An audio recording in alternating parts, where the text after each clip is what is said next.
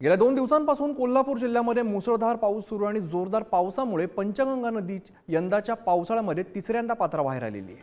पावसाचा जोर वाढल्यामुळे अनेक ठिकाणी झाडं सुद्धा उन्मळून पडल्याची बघायला मिळत आहे। कोल्हापुरातल्या अजिंक्य तारा कार्यालयासमोर 4 चाकी वाहनावरती वडाचं झाड कोसळलेलं आहे आणि वाहनातून प्रवास करणाऱ्या तिघांना सुखरूप बाहेर काढण्यात आले।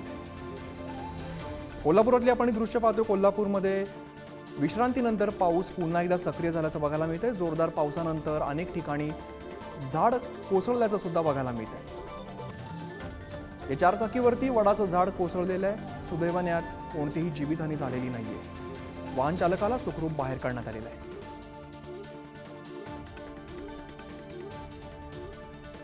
तर सीसीटीव्हीची आपण दृश्य पाहतोय। ज्या वेळेला हे झाड पडत होतं त्यावेळची आपण दृश्य पाहतोय।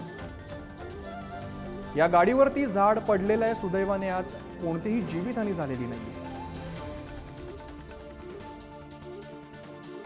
माझे मित्र कर्मचारी शाळेतील ऑफिसमधील व मी सिंचन वर्ग निघाला असताना अचानकच झाड कोसळलं।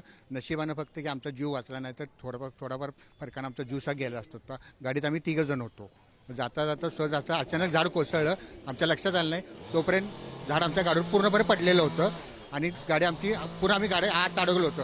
दिवा पटल्याच्या अजिंक्य ताराच्या कर्मचाऱ्यांनी आम्हाला सुखरूप बाहेर काढलं।